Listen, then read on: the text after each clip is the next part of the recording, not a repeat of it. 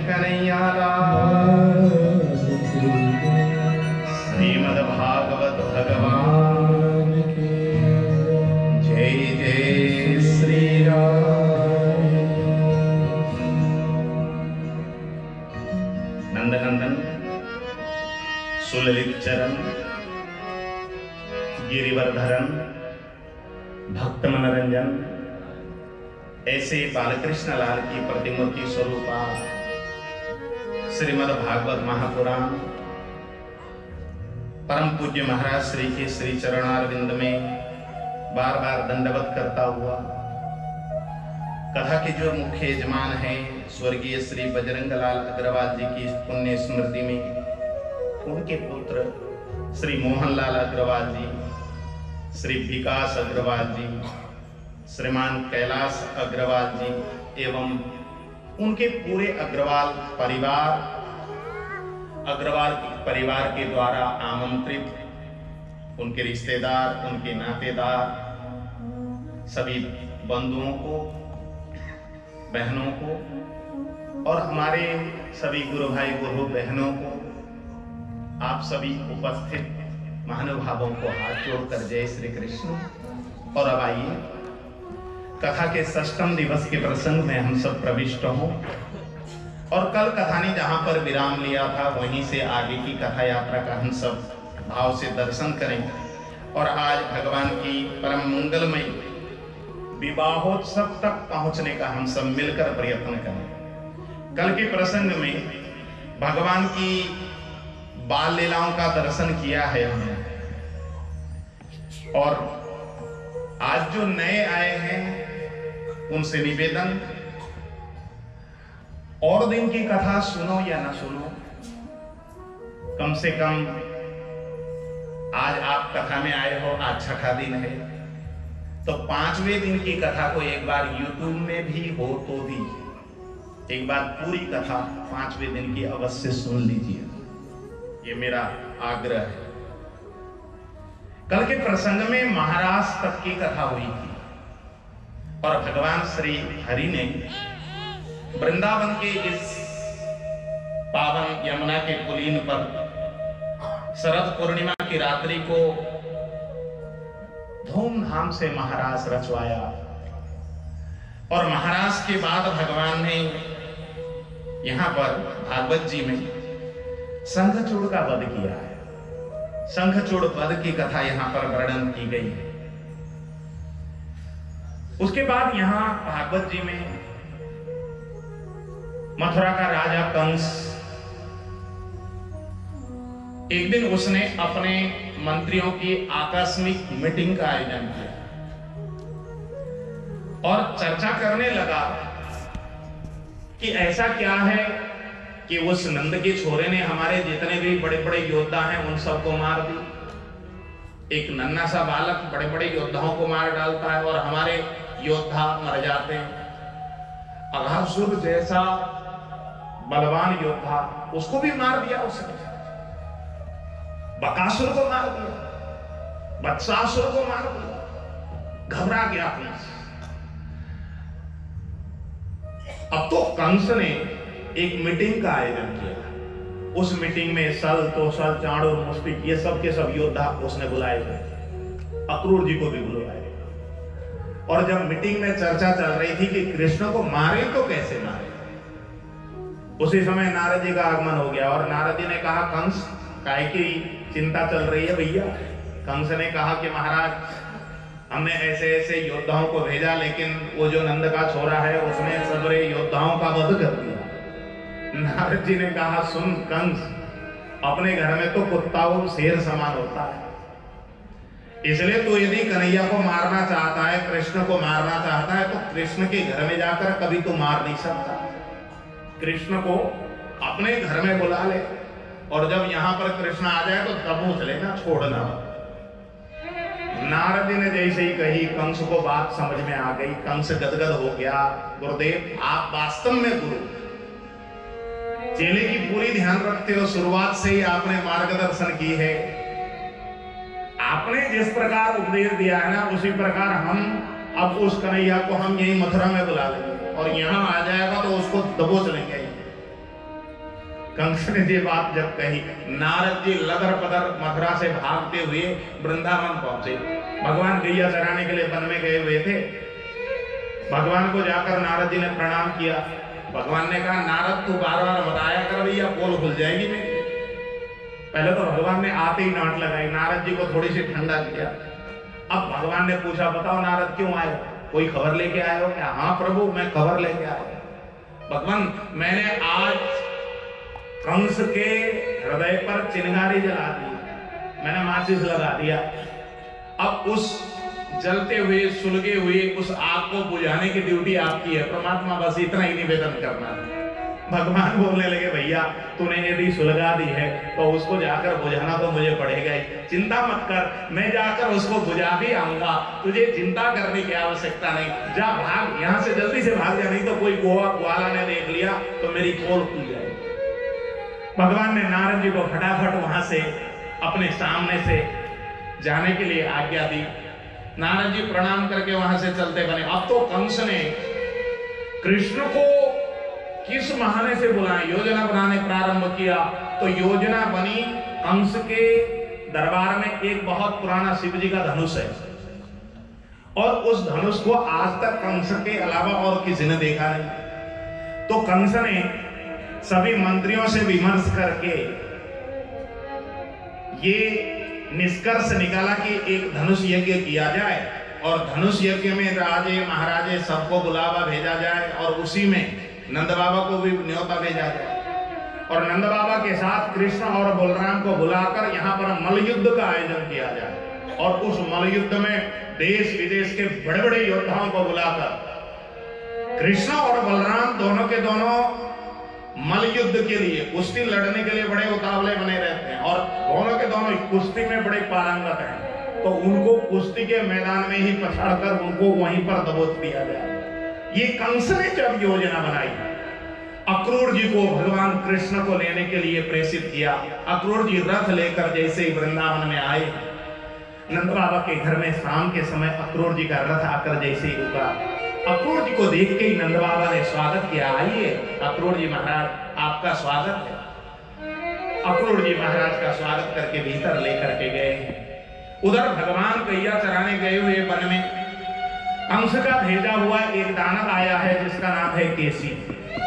केसी ने आकर जैसे ही भगवान के ऊपर आक्रमण किया, भगवान गए, केसी के दोनों पांव को पकड़ा और अपने सिर में घुमाकर ऐसे 3 बार घुमाकर जैसे ही जमीन पर पटकते हैं, उसी समय भगवान ने केसी नाम के कंस के द्वारा प्रेषित वो घोड़े का रूप धारण करके आया था, उस दानव का भगवान ने वध कर दिया।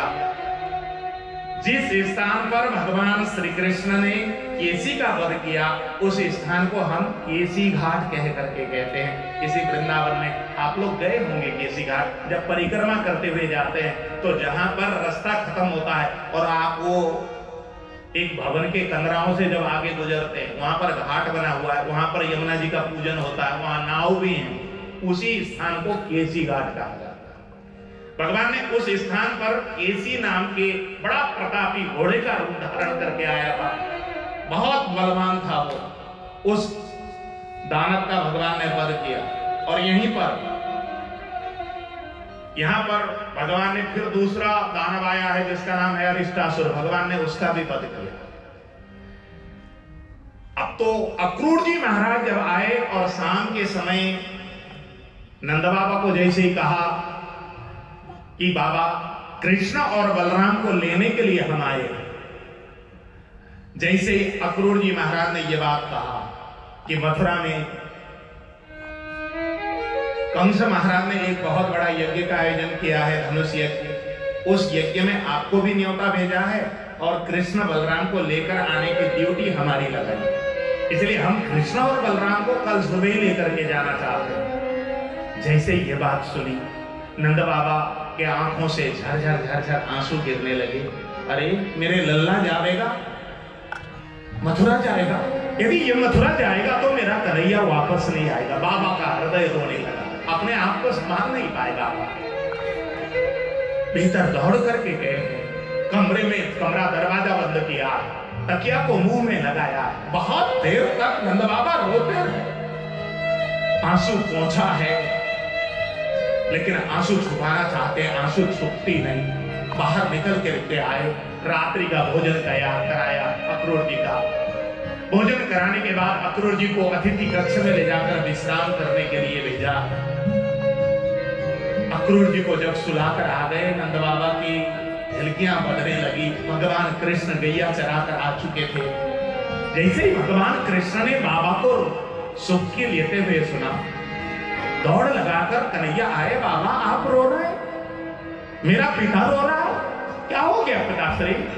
आपको रोने का कोई कारण? इतना सुनते ही नंद बाबा ने कन्हैया को अपने छाती से चिपका लिया। लल्ला तू कल प्रातःकाल मथुरा चला जाएगा। लल्ला तू मथुरा जाने के बाद हमको भुला तो नहीं देगा? इतना कहकर जब बाबा विलाप करने लगे, बाबा की विलाप सुनी यशोदा मैया आ गई। और बाद में जब यशोदा मैया को मालूम चला है कि मेरा कन्हैया कल प्रातःकाल का सूर्योदय होते ही मथुरा जाएगा, यशोदा अपने आप को संभाल नहीं पाई।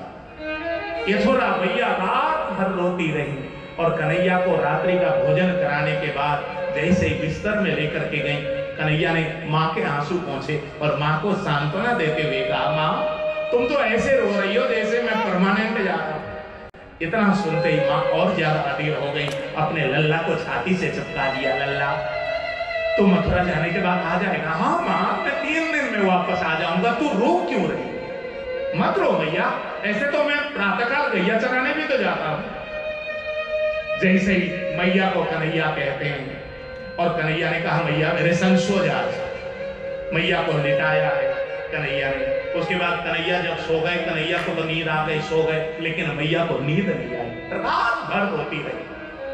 और प्रातःकाल जब 4 बजे उसी समय यशोदा मैया झटपट जाकर चूल्हा जलाती है, स्नान करके आई है और कन्हैया के लिए रास्ते के लिए नाश्ता तैयार करती है। टिफिन में नाश्ता डालकर कन्हैया के लिए अनेक प्रकार के पकवान बनाए हैं, लड्डू बनाए हैं, अनेक प्रकार के कचौड़ी बनाए हैं और टिफिन में डालकर तैयार करके कन्हैया को आई है उठाने के लिए, जगाने के लिए। लल्ला टाइम है गई भैया, उठ जाओ। जैसे ही कन्हैया को जगाया बिस्तर में से, कन्हैया को ले जाकर स्नान कराया, दिव्य श्रृंगार की है, ललाट पर तिलक लगाया है मैया ने, कन्हैया की बेणी गूंथ दी, सिर पर अनेक प्रकार के पुष्प के माला पहना दिए, मोर पंख धारण कराया, पीतांबर वस्त्र पहना दी कन्हैया को, खड़ाऊ पहना दिए और दिव्य वस्त्राभूषण पहनाकर जैसे ही बांसुरी कन्हैया के हाथ में थमाई है, कन्हैया जैसे ही मैया के सामने मंद मुस्कुराए, मैया ने अपने लल्ला को छाती से चिपका लिया और कहा लल्ला ज्यादा देर मत लगाइयो, लगा जल्दी से आ जाना। इतना जब कहा, कन्हैया ने मां के चरण छुए। उसी समय मैया ने 1 चम्मच दही अपने लल्ला के मुंह में दी है। लल्ला तेरे राह में मैं सदा तेरा राह का सगुन बनकर खड़ी रहा करती हूँ। लल्ला मोको भुला मत देना। इस प्रकार मैया ने जब कहा, मैया के चरणों में झुककर मेरे कन्हैया ने प्रणाम किया। फिर बाबा को प्रणाम करने जब गए तो बाबा के आंखों से अश्रु की धारा रुक नहीं रही थी। मेरे कन्हैया ने जाकर नंद बाबा के आंसू पहुंचे और कहा बाबा रोना मत, मैं केवल 3 दिन में वापस आ जाऊंगा। और बाबा आपको कल तो आपको भी आना है ना मथुरा में, तो फिर रो क्यों रहे? आपके संग में तो मैं मथुरा से वापस लौट आऊंगा, तो आपको तो रोने का कोई कारण नहीं बनता। लेकिन बाबा का हृदय कहता है कि नहीं नहीं, ये कन्हैया जा रहा है तो ये वापस नहीं आएगा। बाबा को इसलिए बार बार रोना आ रहा है, अपने आप को संभाल नहीं पा रहे बाबा। अब तो कन्हैया ने जैसे ही दरवाजे से बाहर अपना पांव रखा, बलदाऊ भैया ने अपना पांव दरवाजे से बाहर रखा, उसी समय सारी की सारी गाय रंभाती हुई रस्सी तोड़ तोड़ कर आकर कन्हैया के राह में खड़ी हो गई। एक एक गाय के आंखों से अश्रु की धारा बह रही है। कन्हैया एक एक गाय से जाकर मिलते हैं, सभी गाय के पीठ पर अपना हाथ फेरते हैं, एक एक गाय का नाम लेकर पुकारते हैं। उसी समय सारी गोपियों को मालूम चला है कि कन्हैया वृंदावन को छोड़कर मथुरा जा रहे हैं। तो सभी गोपियां आकर कन्हैया के राह पर खड़ी हो गई, एक शब्द भी बोल नहीं रही हैं, केवल आंखों से अश्रु भर के गिराती जा रही हैं। उस अवस्था को जब देखा मेरे कन्हैया ने, एक एक गोपी के गले लगकर मेरे कन्हैया ने गोपी को ढांढस बताया, गोपियों रो मत, मैं केवल 3 दिन में आ जाऊंगा। और जब मेरे कन्हैया चलते चलते थोड़ी और आगे चले, उस समय रास्ते में खड़ी राधा रानी को जब देखा, राधा रानी को देखते ही मेरे कन्हैया ठहर गए। राधा रानी के केवल आंखों से अश्रु की धारा बह रही है और कुछ बोल नहीं रही है। कन्हैया तक कन्हैया की ओर निहार रही है राधा। उस समय मेरे कन्हैया ने राधा रानी को हाथ जोड़कर प्रणाम किया और कहा, राधे मैं कहीं जा रही हूं, मैं कहीं जा रहा हूं, तुम कुछ पूछ नहीं रही हो। राधा ने कहा कि कन्हैया मैं क्या पूछूं तुमसे, यदि मैं ये पूछूं कि तुम कहीं कहां जा रहे हो, तो मैंने अपनी मां के मुख से सुना है कि कोई व्यक्ति कहीं जा रहा हो तो उसको यदि कोई व्यक्ति पूछ दे कि कहां जा रहे हो, हमने सुना है कि वो तो अमंगल होता है, उसका अपशकुन होता है। इसलिए कन्हैया मैं तुम्हारे राह की अपशकुन कैसे बन सकती हूं, इसलिए मैं तुमसे ये नहीं पूछ सकती कि तुम कहां जा रहे हो। माया इत्यपमंगलम व्रज सखे स्नेहेन वत्सुन्यं वच इष्ठेति प्रबोधाय यथा रुचि कुरु स्वयि साप्युदासीनता नो जीवामि विना त्वयैति नाथ वचनं संभाव्यते वा न वा मां शिक्षय नाथ यत् समुचितं वक्तुं त्वयि प्रस्थिते। हे कन्हैया तुम कहां जा रहे हो करके यदि मैं पूछूं तो तुम्हारे रास्ते का मैं अपशकुन हो जाऊंगी और मैं तुम्हारे राह की कभी भी अपशकुन नहीं बनना चाहती। और कन्हैया यदि मैं ना पूछूं कि तुम कहां जा रहे हो तो ऐसा लग सकता है तुमको कि मैं तुमसे प्रेम नहीं करती। कन्हैया तुमसे मैं बहुत प्रेम करती हूं, इसलिए जानना तो चाहती हूं कि तुम कहां जा रहे हो, लेकिन मैं पूछ नहीं सकती। ये मेरा एक मजबूरी है कि मैं तुम्हारे राह की अपशकुन नहीं बनना चाहती, इसलिए मैं पूछ नहीं रही। और कन्हैया यदि मैं ये कहूं कि तुम जहां भी जा रहे हो तुम मत जाओ, यदि मैं ये कहूं तो ऐसा लगेगा, तुमको ऐसा लग सकता है कि तुम्हारी मालकिन आदेश दे रही हो जैसा ऐसा लग सकता है। तुम्हारी मैं मालकिन नहीं हूं, मैं तो तुम्हारी दासी हूं कन्हैया। और दासी कैसे कह सकती है अपने मालिक को कि तुम मत जाओ, ये तो कह ही नहीं सकती, तो दासी आदेश नहीं दे सकती, इसलिए मैं ये नहीं कह सकती कि तुम मत जाओ। और कन्हैया यदि मैं ये कहूं कि तुम्हारे बिना मैं जीवित नहीं रह सकती तो कन्हैया मैं तो ये भी नहीं कह सकती, क्योंकि मेरे प्राण को तो तुमने अपने बस में रख रखा है, मैं तो मर भी नहीं सकती कन्हैया तुम्हारे बिना। तो मैं आज इस अवसर पर कन्हैया मुझे ये बात समझ में नहीं आ रही है कि तुम कहीं जा रहे हो, तो इस अवसर पर मुझे तुम्हारे सामने क्या शब्द बोलना चाहिए, मुझे वो शब्द समझ में नहीं आ रहा है। कन्हैया एक बार तुम वो शब्द बता दो ना, एक बार तुमसे मैं वो शब्द सुन लूंगी तो अपने मुंह से जब तुमसे वो शब्द बोलूंगी तो मुझे संतोष हो जाएगा। कन्हैया मुझे कुछ भी समझ में नहीं आ रहा, एक बार समझा। इतना कहकर राधा रानी मेरे कन्हैया के छाती से लिपटकर जब रोने लगी, मेरे कन्हैया ने कहा, राधे तुमको मैं वचन देता हूं राधे, मैं 3 दिन में वापस आ जाऊंगा, परसों आ जाऊंगा। राधे तुम रो मत, मुझे तेरा रास्ता दो, मैं केवल मथुरा तक जा रहा हूं। जब मेरे कन्हैया ने इस प्रकार कहा, राधे राह से साइड हो गई है, कन्हैया का रथ थोड़ी और आगे आया है। कन्हैया रथ पर जब सवार हुए, सारी वृंदावन वासी राधा रानी के पास आए और राधा रानी के पास आकर सारे वृंदावन वासी जाते हुए रथ में कन्हैया को इशारा करके कह रहे हैं, हे कन्हैया, हे कृष्ण मथुरा जयो रे, हे कृष्ण मथुरा जयो रे, हे कृष्ण मथुरा जयो रे, हे कृष्ण मथुरा जयो रे, इस ब्रज में ही रहियो रे, इस ब्रज में ही रहियो रे, हे कृष्ण मथुरा जयो रे,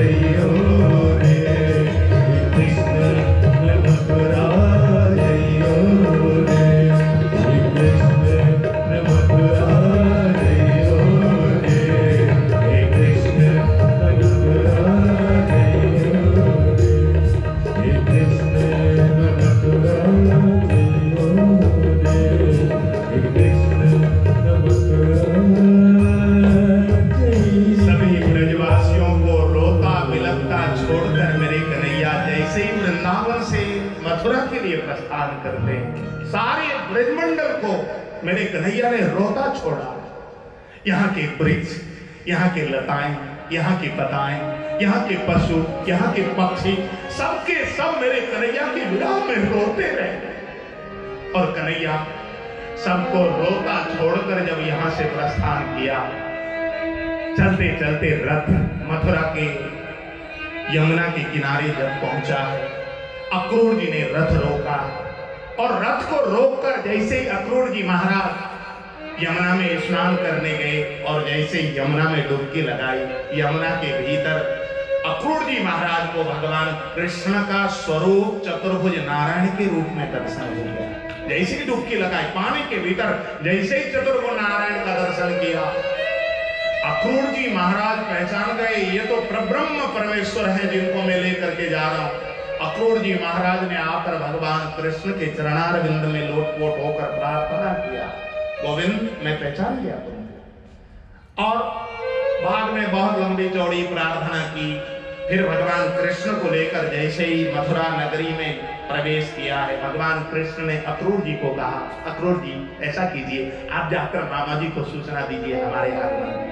हम मथुरा आए हैं पहली बार, हमने अभी तक मथुरा शहर को नहीं देखा, एक बार हम जरा मथुरा नगर को घूमना चाहते हैं, एक बार हम मथुरा नगरी की परिक्रमा करके फिर हम अपने आप आ जाएंगे, आप चले जाइए। इस प्रकार जब मेरे कन्हैया ने कही, अक्रूर जी महाराज भगवान को रथ से उतार कर राजभवन की ओर रथ लेकर चले गए। भगवान कृष्ण और बलराम धीरे धीरे मथुरा नगर का भ्रमण करने के लिए जब आगे बढ़े, देखो भगवान सब कुछ जानते हैं, भगवान को मालूम है कि हमको युद्ध करने के लिए कंस ने बुलवाया। और कंस निश्चित रूप से षड्यंत्र करेगा। यदि भागने की नौबत आ गई, यदि हमारे ऊपर कंस भारी हो गया, फिर तो भैया भागना पड़ेगा। जरा एक बार ठीक से रास्ते तो देख ले। भगवान इसलिए आज अक्रूर जी के साथ नहीं गए, भगवान रास्ता देखने के लिए भगवान रथ से उतर करके मथुरा नगरी की परिक्रमा करने के लिए भगवान आगे बढ़े हैं। जब आगे बढ़े थे भगवान, उसी समय देखा पीछे से एक झुंड दौड़ लगा करके आ रहा, और उनके दौड़ लगाकर आने में रास्ते का धूल उड़कर बिल्कुल आकाश में गुब्बार सा बन गया। भगवान ने जैसे ही पीछे मुड़कर देखा तो वो जो झुंड था दौड़े दौड़े कन्हैया की ओर आगे बढ़ रहा था, वो झुंड बिल्कुल कन्हैया के बिल्कुल निकट आ गया। और जैसे ही कन्हैया ने पीछे मुड़कर देखी तो वो झुंड और कोई नहीं था, कन्हैया के ही मित्र थे। और जैसे ही कन्हैया के मित्र कन्हैया के बिल्कुल निकट आए, उस समय कन्हैया ने पीछे मुड़कर आवाज लगाई, अरे मधुमंगल तू। मधुमंगल ने आकर कन्हैया को जो गाली दी है, अरे कन्हैया तेरो अपनो मित्र मधुमंगल, तू जब वृंदावन से चलो गयो कन्हैया, एक बार मधुमंगल को तूने बताना भी उचित नहीं समझा और बिना बताए चला आया। कन्हैया मोते वृंदावन में रहा नहीं गया, इसलिए जब मोह को मालूम चली ना कि तू मथुरा चलो गए हो, हम तो अपने आप को रोक ना पाए, ये हमारे तेरे पीछे पीछे आ गए हैं कन्हैया। तोते हाथ जोड़ के विनती करे हैं कि कन्हैया हमको वापस जाने के लिए मत कहना, बस तोते इतनी विनती है। जैसे ही मधुमंगल ने आंखों में अश्रु भरकर मेरे ठाकुर के समक्ष ऐसी विनती की, मेरे ठाकुर बोलने लगे, मधुमंगल क्या बात करते हो तुम, आ जाओ सभी, सुदामा आ जा भैया, तू भी आगे आ जा। अरे मधुमंगल आ, हम संग में जरा मथुरा नगरी का परिक्रमा करेंगे। साथ में लेकर जब चलने लगे मधुमंगल, सुदामा, ये जितने भी कन्हैया के मित्र थे, वो कन्हैया से दूरी बनाकर चल रहे। अब तो कन्हैया ने पीछे देख मुड़कर जब देखा, मेरे मित्र सबके सब मुझसे दूरी बना रहे। कन्हैया ने प्रश्न किया, मित्रों मेरे से दूरी बनाकर क्यों चल रहे हो? तब भगवान कृष्ण के मित्रों ने कहा, कन्हैया भैया हम तो ग्वाले गांव के, हमारे कपड़े मैले कुचले, तू तो अपनी रिश्तेदारी में आया है मामा के घर में, तू बड़ा राजा का बेटा भी है, तेरे कपड़े चमकदार भी हैं, यदि तेरे संग में चलेंगे तो तेरी बेइज्जती हो सकती है, क्योंकि तू अपनी रिश्तेदारी में आया और हमारे कपड़े ऐसे ही दूसरी हैं, हमारे बाल तक बाए नहीं है हम, और यदि तेरे संग में चलेंगे तो तेरी बेइज्जती हो सकती है, इसलिए हमारे मित्र की बेइज्जती नहीं होना चाहिए, इसलिए हम तो भैया तुझे दूर से देख करके ही संतुष्ट हो जाते हैं, तेरे संग में चलने की जरूरत ना है। इतना जब कहा, भगवान तो बिल्कुल पसीज गए, तुरंत अपने मित्रों के गले में गलवैया डाली और अपने मित्रों को लेकर जब आगे बढ़े, सामने से एक धोबी अपने सिर पर एक कपड़े का गट्ठर लेकर आ रहा था, ड्राई क्लीन करके बढ़िया कपड़ों का गट्ठर लेकर के आ रहा था। उस धोबी को देखते ही मेरे कन्हैया ने हाथ जोड़कर प्रणाम किया और कहा, मामा जी मेरा प्रणाम स्वीकार कीजिए। जैसे ही कहा, अब वो धोबी कोई सामान्य धोबी तो था नहीं, वो तो कंस महाराज का धोबी था। और आप जानते हो जो बड़े लोगों के यहाँ ये छोटे मोटे जो काम करने वाले जो होते हैं, ये अपने आप को जो होता है ना, जो बड़ा आदमी, उससे भी बड़ा अपने आप को माना करते हैं। तो ये भी, ये जो धोबी था, ये कंस महाराज से कम अपने आप को नहीं मानता। अब ये किसी की नमस्ते तो लेता नहीं था, अब ये कहां से कन्हैया की नमस्ते लेता? अब नमस्ते नहीं, कन्हैया को आया क्रोध, अच्छा ये नमस्ते नहीं ले रहा। कन्हैया जाकर सामने खड़े है, मामा जी नमस्ते, मेरा नमस्कार तो स्वीकार करो। जब कन्हैया ने कहा, अब तो वो जो गाली देने लगा, कन्हैया को आया क्रोध और घुमा के एक कनपटी पर जैसे ही रैपट लगाई, उसी समय उस धोबी का वहीं पर राम नाम सत्य हो गया। और धोबी के साथ जो गट्ठर लेकर उसके सेवक चल रहे थे, उन्होंने अपने मालिक की वो हालत देखी तो अपने सिर के गट्ठर वहीं पटक कर भागते बने। कन्हैया ने कहा अपने मित्रों से, मित्रों जरा खोलो तो गट्ठर में क्या।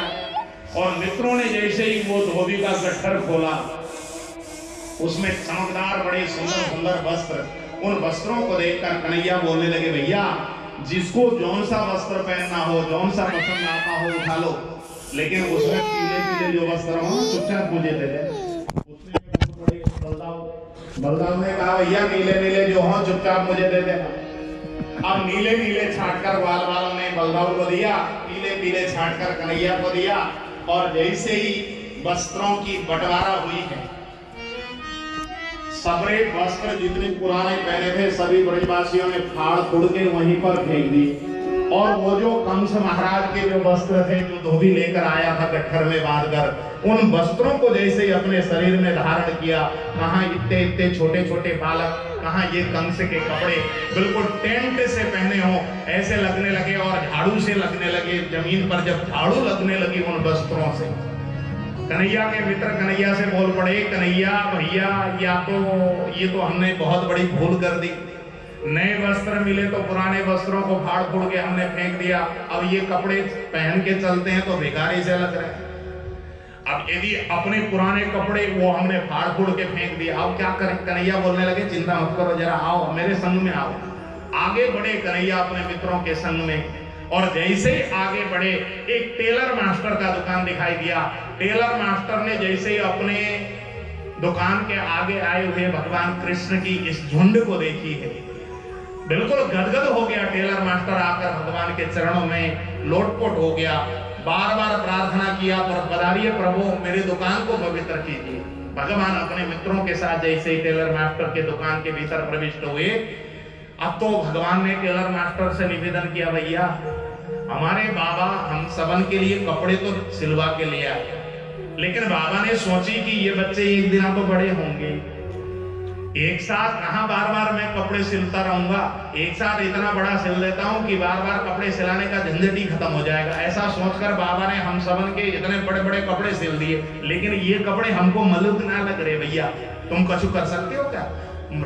अब तो टेलर मास्टर बोलने लगा, महाराज हमारा तो काम ही यही है, जो बड़े हो गए कपड़े उनको छोटा करना, छोटे कपड़ों को बड़ा करना, यही तो काम करते हैं। कन्हैया बोलने लगे, भैया फिर तो हमारे कपड़ों को जरा ठीक कर दो, इतना कहना था। टेलर मास्टर ने कहा, महाराज उतार के दे दो, अभी हम ठीक कर देंगे। ये बात सुनते ही मेरे ठाकुर ने अपना सिर खुजाना प्रारंभ किया। अब टेलर मास्टर ने पूछा, क्या हुआ महाराज, कपड़े उतार के दो ना। भगवान बोलने लगे, भैया हमसे गड़बड़ है गई। गड़बड़? क्या गड़बड़ हो गई? भैया हमने जब नए कपड़े पाए ना तो पुराने कपड़ों को हमने फाड़ फूड़ के सब फेंक दिया। यदि ये कपड़े उतार कर तुमको ठीक करने देते हैं तो भीतर तो सबरी राधे ही राधे है, भैया हमारे पास तो कपड़े हैं। टेलर मास्टर ने एक तरकीब बताई कि भैया ऐसा करो, पहले कुर्ता उतार कर दे दो, हम कुर्ते को ठीक कर देते हैं।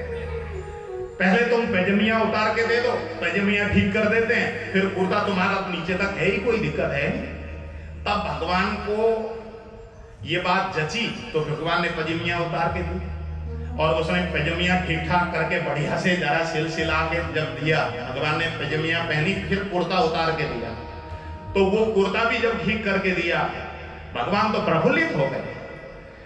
इतने मलुक वस्त्र हो सकते हैं?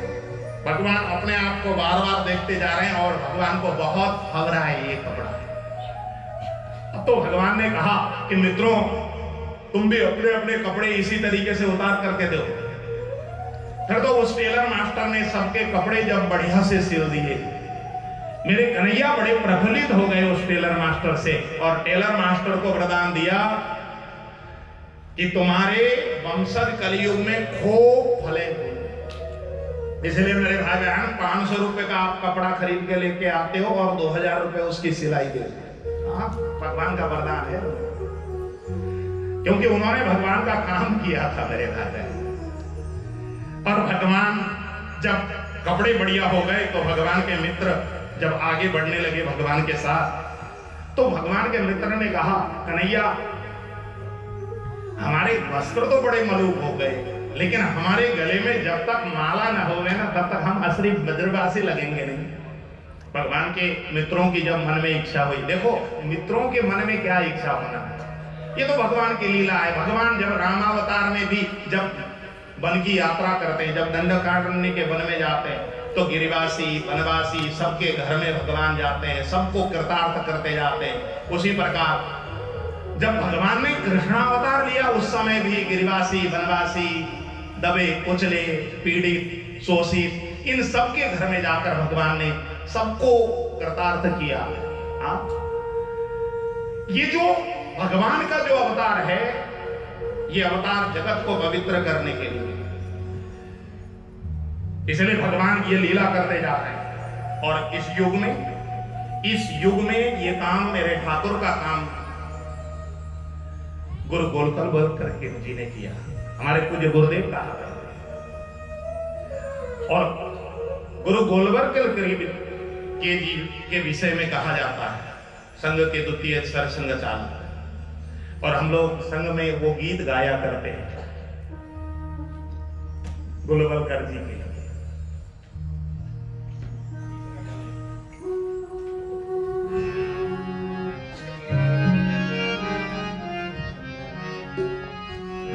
चाहिए आशीष नम्र गुरुवर प्रार्थना, चाहिए आशीष माधव नम्र गुरुवर प्रार्थना, चाहिए आशीष नम्र गुरुवर प्रार्थना, चाहिए आशीष माधव नम्र गुरुवर प्रार्थना, नम्र गुरुवर प्रार्थना।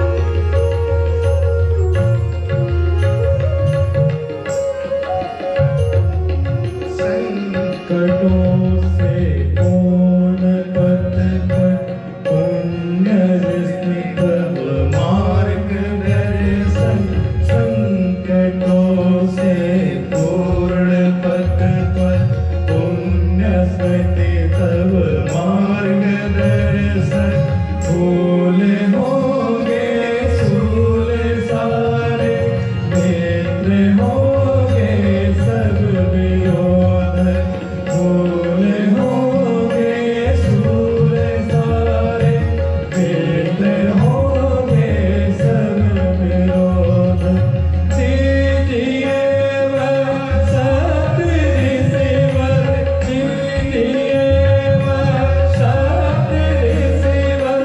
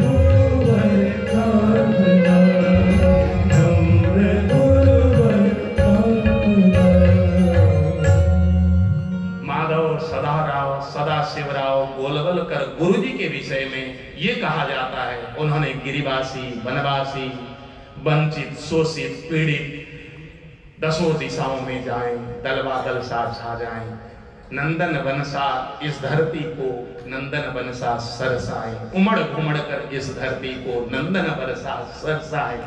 इस समता की दृष्टि मेरे ठाकुर कृष्ण की बात गुरु जी के मार्गदर्शन में राष्ट्रीय स्वयंसेवक संघ ने ये कार्य किया और हिंदुओं को एकत्रित करने के लिए एक सूत्र में पिरोने का ये कार्य हमारा संघ करता है। वही कार्य मेरे ठाकुर भगवान कृष्ण ने, वही कार्य भगवान राम ने ये संसार में किया। उसी कार्य पर नित्य निरंतर संगे शक्ति कलव युगे के मूल मंत्र को अंगीकार करके संघ इस संसार में अपने संगठन को मजबूत करता है, हिंदुओं को संबल प्रदान करता है। मेरे ठाकुर भी वही काम करते हैं। माली के घर में गए हैं मेरे ठाकुर और माली ने जो भगवान को माल्यार्पण किया, उसके बाद भगवान जब आगे बढ़े, एक कुब्जा 3 जगह से टेढ़ी, उसके हाथ में एक कटोरा, उसको देखते ही भगवान ने जोर से आवाज लगाई और कहा, अरे सुंदरी। जैसे ही आवाज लगाई वो कुब्जा सहम गई और पेड़ के नीचे जाकर छुप गई। मेरे कन्हैया अपने पांव से चलकर गए हैं उस सैरंद्री के पास, जाकर कहा, देवी सुंदरी, तुमको मैंने आवाज लगाई, मैंने प्रणाम किया, लेकिन आपने जवाब नहीं दी। ये जब सुना कुब्जा और ज्यादा सहम गई, लेकिन भगवान कृष्ण की जब वाणी उसके कान पर पड़ी, वो मोहित हो गई कृष्ण की वाणी से और उसने नजर उठाकर जब भगवान कृष्ण के मुखारविंद का दर्शन किया, वो तो बिल्कुल बावली सी हो गई, उतावली सी हो गई। मेरे ठाकुर को बार बार प्रणाम करने लगी और उलाहना देने लगी। भगवान इतने सुंदर बोलने वाले, इतना मीठा स्वर बोलने वाले आप, इतना सुंदर रूप माधुरी आपकी, लेकिन आप दूसरे के ऊपर इतना तीक्ष्ण व्यंग क्यों करते हैं? इतना सुना मेरे ठाकुर बोलने लगे, हे देवी, मैं तुम्हारे ऊपर कहां व्यंग कर रहा हूं? मैं तो व्यंग नहीं कर रहा हूं, मैं तो तुम्हारी जो असली स्थिति है उसी को मैं, तुम सुंदरी हो इसलिए मैं तुमको सुंदरी कह रहा हूं। कुब्जा रोने लगी, ठाकुर, मुझे आज तक किसी ने भी सुंदरी नहीं कहा, पहले ये संसार में आप हैं जिसने मुझे सुंदरी कहा। भगवान बोलने लगे, जो पहचानते नहीं वो सुंदरी कैसे बोलेंगे? तुम्हारे स्वरूप को देखकर तो वो तुमको सुंदरी कैसे बोलेंगे? तुम्हारे असली स्वरूप को मैं जानता हूं, इसलिए मैं तुमको सुंदरी बोल रहा हूं। अच्छा देवी, तुम अपना परिचय दो, तुम कौन हो? तब सैरंद्री ने अपना परिचय दिया, गोविंद दास्यस्मि हम सुंदर कंस सम्मता त्रिवक्त्र नामा ह्यनुलेप कर्मणि मदभावितं भोजपतेरति प्रियं विना युवां पुण्यतम सदर्हति। हे प्रभु, मेरा नाम सैरंद्री है और मैं कंस महाराज की दासी हूं, लेकिन आज जब से आपका दर्शन किया है, मैं कंस महाराज की दासता छोड़कर आपके चरणारविंद की दासी हो गई हूं। प्रभु, मुझे अपने दासी के रूप में स्वीकार करने की कृपा करें। जैसे ये वचन सुनी, मेरे ठाकुर सैरंद्री के ऊपर रीझ गए। तुरंत सैरंद्री को कहा, देवी, तुम्हारे हाथ में ये क्या है? सैरंद्री ने कहा कि मैं हाथ में चंदन लेकर कंस महाराज को अर्पण करने के लिए जा रही थी, लेकिन मेरी इच्छा है कि आपके ललाट पर मैं ये चंदन का धारण कराऊं। मेरे कन्हैया ने ललाट आगे किया, सैरंद्री ने मेरे कन्हैया के ललाट पर जैसे ही चंदन लगा दिया, कन्हैया के सभी मित्रों के ललाट पर चंदन लगा दी। इतने में कन्हैया ने कहा, सैरंद्री जरा तुम मेरे पास आओ। अपने पास जैसे ही बुलाया, अपने स्वयं आगे बढ़े मेरे ठाकुर और सैरंद्री के पांव में जाकर अपना पांव रखा और सैरंद्री की ठोड़ी पकड़ी। सैरंद्री को कहा, मेरी ओर देखो। जैसे ही कुब्जा ने भगवान श्री हरि के, श्री कृष्ण के नैनों पर अपने नैन डाले, उसी समय भगवान श्री कृष्ण ने सैरंद्री के ठोड़ी में पकड़कर जैसे ही ऊपर की ओर झटका दिया, जो कुब्जा थी उसका जो कुबड़ निकला हुआ था वो बिल्कुल सीधी हो गई, और जैसी 16 साल की युवती होती है उस प्रकार बिल्कुल प्रमोदोत्तमा हो गई, बड़ी सुंदरी युवती के रूप में वो वहां पर स्थापित हुई है। और जैसे ही अपने स्वरूप को देखा, उस कुब्जा को अपने ऊपर विश्वास नहीं हुआ, बार बार भगवान कृष्ण के चरणारविंद में लोटपोट हो गई, प्रभु इतनी बड़ी मेरे ऊपर कृपा की है आपने, मैं तो धन्य हो गई प्रभु। भगवान बोलने लगे, देवी तुम अपनी शीशा देखो अपने आप, अब देखो, अब बताओ तुम सुंदरी थी कि नहीं, इसलिए मैंने जो सुंदरी का शब्द उच्चारण किया था तुम्हारे लिए ठीक किया था कि नहीं। इतना सुनते ही कुब्जा झरझर झरझर आंसू गिराकर मेरे कन्हैया के चरणारविंद में लोटपोट हो गई। भगवान ने कुब्जा के ऊपर कृपा किया। ये कुब्जा कौन है, 1 मिनट इसके विषय में चर्चा कर लेते हैं, फिर आगे बढ़ेंगे। ये कुब्जा है बुद्धि की प्रतीक, और ये सेवा किसकी करती है, ये कंस की सेवा में लगी हुई है। कंस का मतलब क्या है, कंस का मतलब वो अहंकार है जो अपने धन के बल पर और पद के बल पर वो किसी को कुछ भी तो नहीं गिनता। उस अहंकारी का नाम है कंस, जो अपने धन और पद के बल पर जो हर किसी को रौंदने की इच्छा करके रौंदता रहता है, उसी का नाम है कंस। और जब तक ये बुद्धि कंस रूपी अहंकार की सेवा में लगी है, तब तक ये बुद्धि कुरूप रहेगी। और जब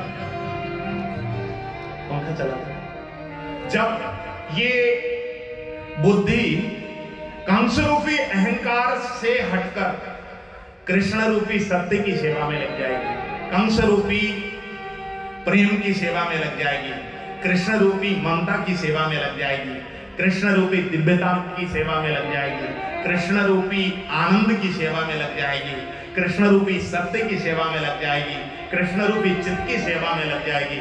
उसी दिन से ये बुद्धि स्वरूप हो जाएगी, सुंदरी हो जाएगी। ये बुद्धि तब तक कुरूप है जब तक कंस की सेवा में लगी है, जब तक अभिमान की सेवा में लगी है, तब तक ये बुद्धि सुंदरी नहीं है भाई, तब तक ये बुद्धि निर्मल नहीं है, तब तक ये बुद्धि कुबड़ी है, कुरूप है। और जिस दिन कंस की सेवा से हटाकर इस बुद्धि को मेरे गोविंद के चरणारविंद में अर्पित करोगे, सेवा में लगाओगे, उसी दिन से ये बुद्धि परम रूपवती हो जाएगी। इसलिए अपने अपने बुद्धि को सब लोग पैनी करो, सुंदरी बनाओ भाई अपने बुद्धियों को। इस कथा का मर्म ये, सुखदेव भगवान परीक्षित महाराज के समक्ष वर्णन करते हुए बोलने लगे, हे परीक्षित, इस प्रकार भगवान सभी दबे कुचले सबको कृतार्थ करते हुए जब आगे बढ़ रहे हैं, भगवान कृष्ण ने अपने मित्रों को कहा, मित्रों अब तुम्हारा राह अलग, हमारा राह अलग, क्योंकि हम मथुरा में युद्ध करने जा रहे हैं। और युद्ध के समय अपने मित्रों के ऊपर किसी ने आक्रमण कर दी और तुम बीच में फंस गए, तो हम तुम्हारी सुरक्षा में हमको आना पड़ेगा और हमारी खेल बिगड़ भी सकती है। इसलिए इस मथुरा नगरी में तुम हमारे साथ में आए हो, ये किसी को एहसास नहीं होना चाहिए। इसलिए उस यज्ञ मंडप में तुम पहले चले जाओ, हम तुम्हारे पीछे पीछे आएंगे। अब तो मित्र लोग समझ गए, भगवान ने अपने मित्रों को उस यज्ञ में पहले भेज दिया। और भगवान जब उस यज्ञ मंडप की ओर अपने बलदाऊ के साथ जैसे ही प्रवेश करने के लिए आगे बढ़े, भगवान कृष्ण को मारने के लिए कंस ने द्वार पर एक कुबलियापिड़ नाम के हाथी को खड़ा कर रखा था। और कुबलियापिड़ हाथी को जो भागने वाला जो हाथी का वो जो होता है महावत, उस महावत ने जैसे ही भगवान कृष्ण को आते हुए देखा, तुरंत हाथी के सिर पर उसने उसकी जो एक वो जो होता है ना हर्षासा, उसने जैसे ही इशारा किया, अब तो हाथी चिंगाड़ता हुआ मेरे कन्हैया के ऊपर आक्रमण करने के लिए जैसे आया। भगवान कृष्ण ने बलदाऊ को कहा, बलदाऊ भैया ये हाथी हमारे ऊपर आक्रमण करने आ रहा है। दोनों भाइयों ने अपने कंधे का जो पगड़ी है, अपने कंधे की जो दुपट्टा है, उसको जैसे ही अपने कमर पर जोर से कसा और कमर में हाथ लगाकर खड़े हो गए। हाथी चिंगाड़ता हुआ आया और भगवान कृष्ण और बलराम के ऊपर अपने सूंड से जैसे ही प्रहार करता, भगवान ने उस हाथी के सूंड को अपने हाथों से पकड़कर हाथी को जोर से अपनी ओर खींचा और हाथी को जोर से जब धक्का दी, हाथी पीछे की ओर धड़ाम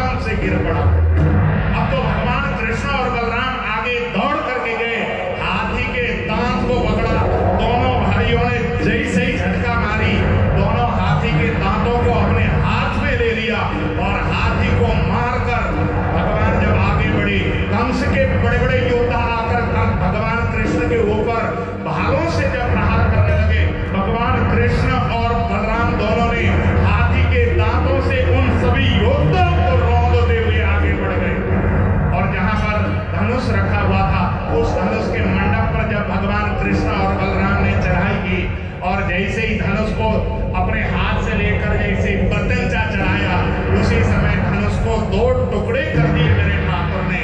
और जैसे ही धनुष के 2 टुकड़े हुए, उस समय बहुत बड़ी टंकार हो गई। उस टंकार को सुनकर कंस घबरा गया। कंस ने रणांगण में अनेक योद्धाओं को प्रेषित किया।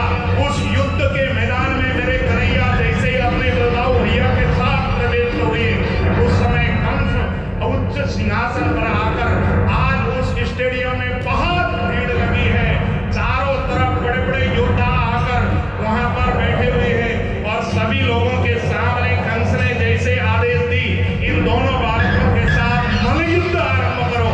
अब तो भगवान कृष्ण के साथ चाणूर और मुष्टिक के साथ बलदाऊ दोनों के दोनों जब कुश्ती युद्ध करने लगे, उस समय कई लोग जिसकी जैसी दृष्टि थी उस प्रकार भगवान के ऊपर सबकी नजर चली गई। जाकी रही भावना रह जैसी, प्रभु मूरत तिन देखी तिन तैसी, मल्ला नाम असनि नृणाम नरवर स्त्रीणाम स्मरो मूर्तिमान, गोपानाम स्वजनो सताम क्षितिभुजाम शास्ता स्वपित्रो शिशु, मृत्युर्भोजपते विराट विदुषाम तत्त्वं परम योगिनाम, वृष्णीनाम परदेवते विदितो रंगम गतत्साक्रज।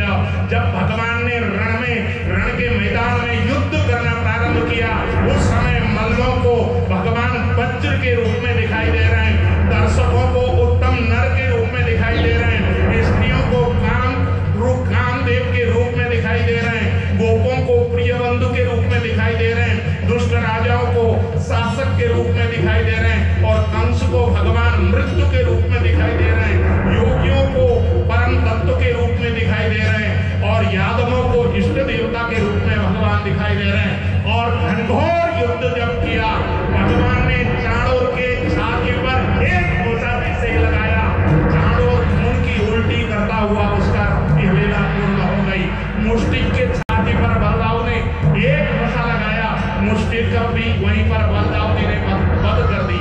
अब तो कंस ने चिल्लाकर सल और तोसल नाम के 2 योद्धाओं को जैसे ही रणांगण में भेजा, भगवान और बलदाऊ ने दोनों सल तोसल की भी वहां पर राम नाम सत्य की है।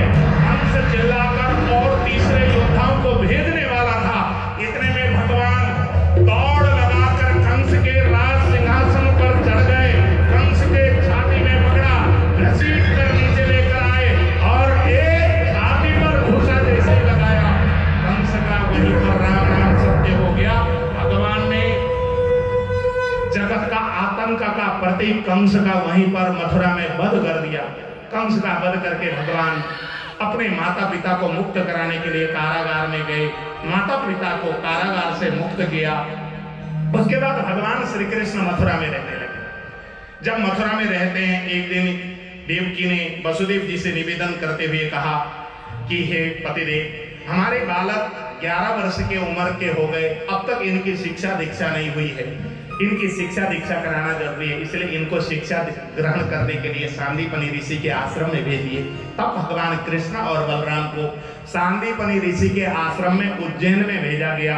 भगवान श्री कृष्ण और बलराम ने 64 दिन में 64 प्रकार की विद्या को सीखकर सांदीपनि ऋषि के आश्रम से वापस आए हैं मथुरा। 64 दिन में पूरा ज्ञान प्राप्त किया मेरे ठाकुर। और जब मथुरा आए, रोज के रोज अपने माता पिता के चरण वंदन किया करते। मातरम पितरम चैव मोचयित्वाथ वंदना, कृष्ण रामौ ववन्दाते शिरसा स्पृश्य पादयो। रोज प्रत्येक दिन उठकर अपने माता पिता के चरण वंदन किया करते। प्रातः काले उठी के रघुनाथा, प्रातः काले उठी के रघुनाथा, मात पिता गुरु नाम ही माता, मात पिता गुरु नाम ही माता, काले मुखी के रघुनाथा,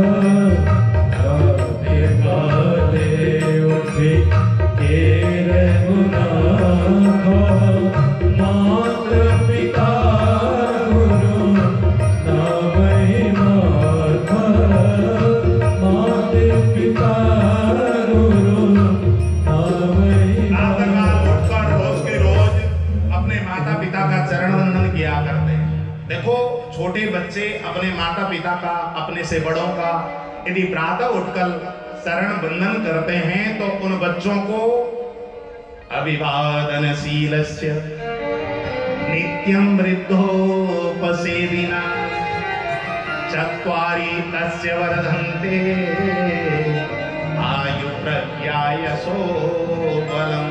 यदि छोटे बच्चे अपने से बड़ों का चरण बंधन यदि प्रातः काल करते हैं, एक तो उन बच्चों की आयु बढ़ती है, दूसरा बल बढ़ता है, तीसरा यश बढ़ता है और चौथा प्रज्ञा, मेधा, बुद्धि बढ़ती है। इसलिए मेरे भाई बहन, अपने से बड़ों का चरण बंधन छोटे बच्चे अवश्य करें, लेकिन हमारे यहाँ चरण बंधन करने का जो विधान है केवल बेटे कर सकते हैं, बेटियां चरण बंधन नहीं कर सकती।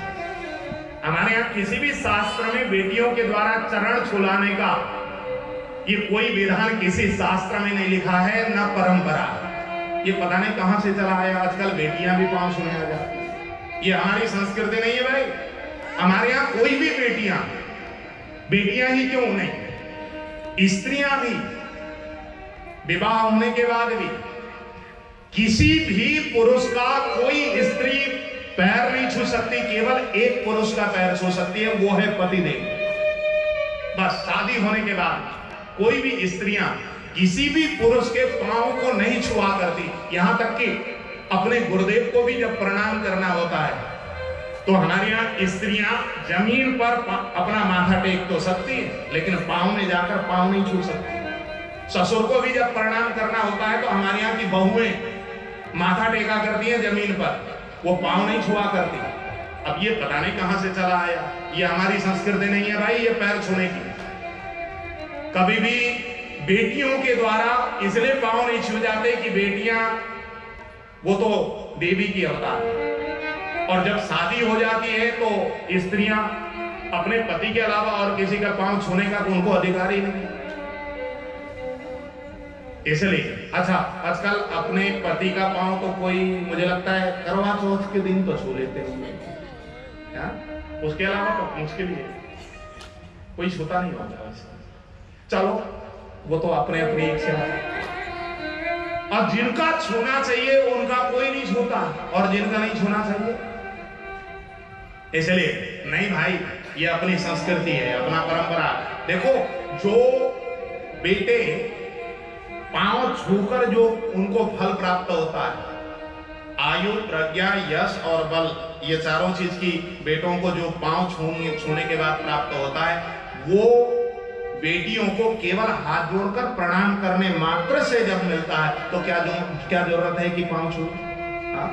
पांव छूने के बाद देखो, बेटियां यदि पांव छूती हैं तो छूने वाले का भी तेज घटता है और छुआने वाले का भी तेज घटता है। इसलिए दोनों को अपराध लगता है, छूने वाले को भी अपराध लगता है और छुआने वाले को भी अपराध लगता है, इसलिए नहीं छूना चाहिए। मैं हर कथा में ये प्रसंग जरूर लेता हूं, और आप लोग भी दूसरों को बताया करें। सुखदेव भगवान परीक्षित महाराज के समक्ष वर्णन करते हुए बोलने लगे। अब भगवान मथुरा में ही रहने लगे, पढ़ाई पूरी हो गई, भगवान श्री कृष्ण की पढ़ाई पूरी करके आ चुके हैं। एक दिन की घटना, देवकी मैया ने मेरे ठाकुर कृष्ण को कहा, लल्ला आज तक तू इतना बड़ो है वो, लेकिन तुमको मैंने अपने हाथ से बनाकर देवता इस प्रेम पत्र को तुम पढ़ के सुना दो। ब्राह्मण ने कहा, महाराज किसी का प्रेम पत्र कोई दूसरा व्यक्ति कैसे पढ़ सकता है? भगवान बोलने लगे, किसी का नहीं पढ़ सकता होगा, लेकिन मेरा प्रेम पत्र तो ब्राह्मण ही पढ़ता है, इसलिए तुम ब्राह्मण हो, तुम ही पढ़ के सुनाओ। इतना जब सुना तब तो ब्राह्मण देवता रुक्मिणी के द्वारा जो प्रेम पत्र भेजा गया था, 7 श्लोकों में वर्णन की गई, वो प्रेम पत्र को पढ़ने लगे। उस प्रेम पत्र में भगवान के लिए रुक्मिणी ने बहुत अनुनय विनय करके एक प्रेम पत्र लिखा हुआ था। उसमें क्या लिखा हुआ था? पढ़ो जी। सुत्वा गुणान भवन सुंदर सुरवतान्ते निर्विश्य कर्णविवरै हरतुं कृपापं रूपां प्रसान्द्र शिवतां अखिलाखिलाभं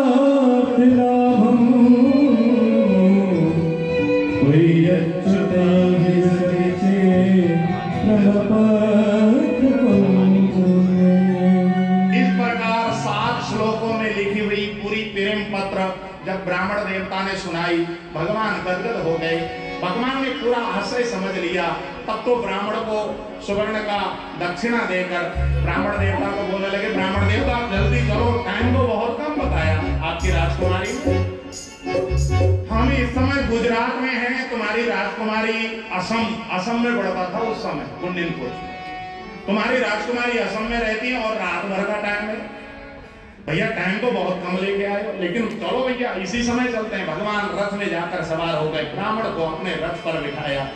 उसी समय जैसे ही लगाम हाँकने वाले थे, बल्लाऊ भैया सामने दिखाई दिए। कन्हैया ने आवाज लगाकर चिल्लाकर अपने भैया को आवाज लगाई, भैया मैं कुंडिनपुर जा रहा हूं। इतना सुनकर बलराम भैया चौंक गए। इतने में कन्हैया ने अपने घोड़े के लगाम को हाँका, वायु वेग से घोड़ा दौड़ लगाकर चलने लगा। बलदाऊ भैया मन में सोच में पड़ गए कि ये कुंडिनपुर क्यों जा रहा है। बलदाऊ भैया ने कल ही सुन रखी थी कि कुंडिनपुर में रुक्मिणी का स्वयंवर आयोजित है। तुरंत बलदाऊ भैया को समझने में देर नहीं लगी कि मेरा भैया बड़ा हो गया, अब शादी योग्य हो गया। समझने में देर नहीं लगी। अब तो बलदाऊ भैया ने चतुरंगिनी सेना सजाई और सेना सजाकर बलदाऊ भैया भी अपनी सेना को साथ में लेकर दौड़ लगाकर कुंडिनपुर के लिए बलदाऊ ने भी प्रस्थान किया। उधर भगवान जब कुंडिनपुर में पहुंचे, पंडित जी को रथ से उतारा और कहा, पंडित जी जल्दी से जाकर अपनी राजकुमारी को सूचना दे दो, ठीक समय पर पार्वती के मंदिर में हम उनको लेने के लिए आ जाएंगे और हरण करके ले जाएंगे। जैसी उनकी इच्छा है ना, उसी प्रकार हम उनका हरण करके ले जाएंगे। तुम अपनी राजकुमारी को जाकर कह दो। इस प्रकार जब कहा, पंडित जी ने जाकर रुक्मिणी को भगवान के आने की जब खबर दी है, रुक्मिणी तो गदगद हो गई। अपनी सखियों को बुलाती है रुक्मिणी और सखियों को बुलाकर रुक्मिणी ने कहा, सखियों आज मेरा विवाह उत्सव है, तो कम से कम मेरे हाथ में मेहंदी लगाओ, मेरा श्रृंगार करो। इतना कहना था। सभी सखियां आई हैं और सभी सखियों ने रुक्मिणी के हाथ में मेहंदी लगाना प्रारंभ किया, मंगल गान गाना प्रारंभ कर दिया और वहां पर सखियां नृत्य करने लगी। धूमधाम से रुक्मिणी के हाथ में श्रृंगार होने लगा।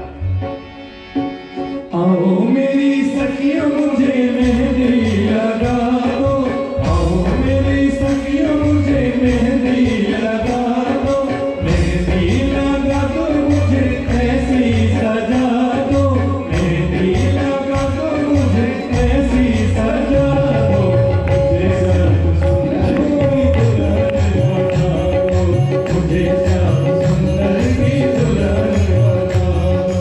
आओ मेरी सखियों मुझे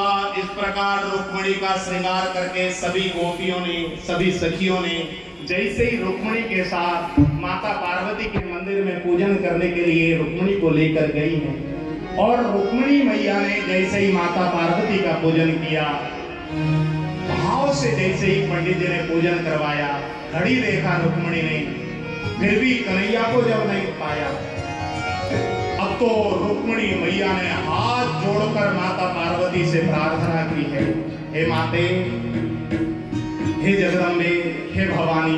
बार बार माता पार्वती की स्तुति की है रुक्मिणी ने। जय जय गिरे बलराज किशोरी, जय जय गिरे बलराज किशोरी, जय महेश मुख जल्द चकोरी, जय महेश मुख जल्द चकोरी, जय गजवाला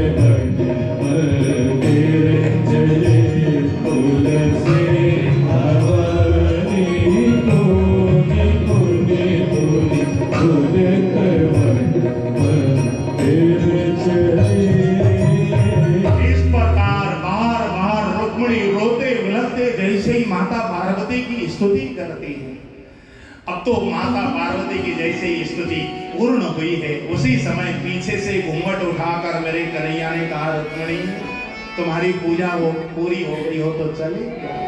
जैसे ही मेरे कन्हैया की मधुर मुस्कान भरी वाणी सुनी है, रुक्मिणी तो गदगद हो गई, आंखों से भाव के आंसू छलकने लगे। भगवान कृष्ण ने रुक्मिणी का हाथ को टप्प से पकड़ा है और जैसे ही रुक्मिणी को हाथ में पकड़कर भगवान कृष्ण आगे आगे चले, सबकी ओर मुंह से मधुर मुस्कान बिखेरते हुए मेरे कन्हैया ने रुक्मिणी को ले जाकर जैसे ही रथ पर आरूढ़ कराया और जैसे ही मेरे कन्हैया ने लगाम को थाम कर जैसे ही घोड़ों को हाँका है, घोड़े हिनहिनाते हुए वायु वेग से जैसे ही उड़ान भरकर जाने लगे, रुक्मिणी के जो रक्षक थे उनमें से एक रक्षक बोल पड़ा, अरे भैया भैया भैया ले गो ले गो ले गो ले गो ले गो ले गो। जैसे ही उसने ले गो चिल्लाया, उस समय और रक्षक पूछने लगे, भैया कौन ले गो, कहां को ले गो, किन को ले गो। तब वो रक्षक चिल्ला पड़ा, जिसकी सुरक्षा में तुम हम जो खड़े थे भैया, उस राजकुमारी को देखो, वो लेकर के चला गया। इतना कहना था। कुछ रक्षक भगवान कृष्ण के रथ के पीछे भागे, कुछ रक्षक रुक्मिणी के भाइयों को सूचना देने के लिए घर की ओर भागे। और जैसे ही रुक्मिणी के भाइयों को पता लगा है, रथ में सवार होकर अपनी सेना को लेकर भगवान कृष्ण को मारने के लिए जैसे ही रथ लेकर भगवान कृष्ण का पीछा करने लगे, अब तो भगवान कृष्ण ने रुक्मिणी को कहा, रुक्मिणी तुमने कभी रथ चलाए हैं कि नहीं? रुक्मिणी ने कहा, भगवान आज तक चलाया तो हो नहीं, लेकिन मैं हूं तो शतरानी, मैं रथ चला तो सकती हूं। इतना कहते ही भगवान कृष्ण ने कहा, रुक्मिणी तुम जरा आओ, ड्राइवर के सीट पर तुम बैठ जाओ। भगवान ने ड्राइवर के सीट पर रुक्मिणी को बिठा दिया और रथ के पीछे खड़े होकर भगवान जो बाणों की वर्षा करने लगे रुक्मिणी के भाइयों के ऊपर। उस समय घनघोर युद्ध छिड़ गया। शिशुपाल भी आ गया है भगवान को मारने के लिए, और शिशुपाल और रुक्मिणी भाइयों ने जैसे ही भगवान के ऊपर बाणों की वर्षा की, उन बाणों की काट मेरे भगवान करते जा रहे हैं और बाणों की वर्षा करते जा रहे हैं। बाण में बाण, तीर में तीर चलाए जा रहे हैं। उसी समय रुक्मिणी अपने रथ को हाँकती जा रही। उसी समय रुक्मिणी ने अपने रथ को तनिक सा धीमा जब किया, भगवान ने रुक्मिणी को डांट लगाई। क्या बात है रुक्मिणी, तुम अपने भाइयों से मेरा वध कराना चाहती हो क्या? इतना कहना था। रुक्मिणी ने कहा भगवान एक बार जरा अपना नजर उठाकर आगे की ओर तो देखो। इतना कहना था रुक्मिणी का। भगवान ने नजर का उठाकर जैसे ही आगे की ओर देखा तो बल्लाव भैया सामने की ओर से सेना लेकर आते हुए दिखाई दिए, और ऐसे ही अपने बड़े भाई बल्लाव भैया को देखा। तुरंत भगवान श्री कृष्ण ने अपने बल्लाव भैया को आवाज लगाई और बल्लाव भैया से निवेदन किया, बल्लाव भैया इन सालों को तुम संभालो। अब ये साले ही तो थे, इन सालों को तुम संभालो, मैं तो अपनी बहू लेके घर जा रहा हूँ। अब सालों को संभालने की जिम्मेवारी भगवान ने अपने बड़े भाई को सौंप दी, और अपनी श्रीमती रुक्मिणी महारानी को लेकर भगवान जैसे ही द्वारका में पहुंचे, और द्वारका की स्त्रियों ने जैसे ही भगवान और रुक्मिणी का दर्शन किया, द्वार पर खड़ी हो गई। भगवान ऐसे भीतर नहीं जाने देंगे, पहले नेक दियो। भगवान ने नेक दिया है द्वारका की स्त्रियों को। फिर तो भगवान जैसे ही यज्ञ मंडप में पहुंचे, उसी समय रुक्मिणी ने कहा कि भगवान बैठ जाइए, जल्दी से विवाह संपन्न करेंगे। भगवान बोलने लगे रुक्मिणी तुम्हारा तो श्रृंगार हो रखा है, मैं तो युद्ध करके आया हूँ, जरा मेरा श्रृंगार हो जाए। भगवान भीतर गए, ग्वाल बालों ने भगवान का श्रृंगार किया, और जैसे ही भगवान को लेकर कमरे से पट खोलकर ग्वाल बाल बाहर की ओर आए, उस समय बाहर जितने लोग थे सबके सब भगवान की उस बाकी छवि का दर्शन करके पूछने लगे, गोविंद इतना सुंदर तुम्हारा चेहरा, इतना सुंदर मुकुट, कितना सुंदर मुकुट पहना है मेरे ठाकुर ने, कैसे दिख रहा है मेरे ठाकुर? मुकुट सिर मोरगा मेरे चित चोर का, मुकुट सिर मोरगा मेरे चित चोर का, दुल्हन सरकार के कटोरे कटोर के, दुल्हन सरकार के कटोरे कटोर के, मुकुट सिर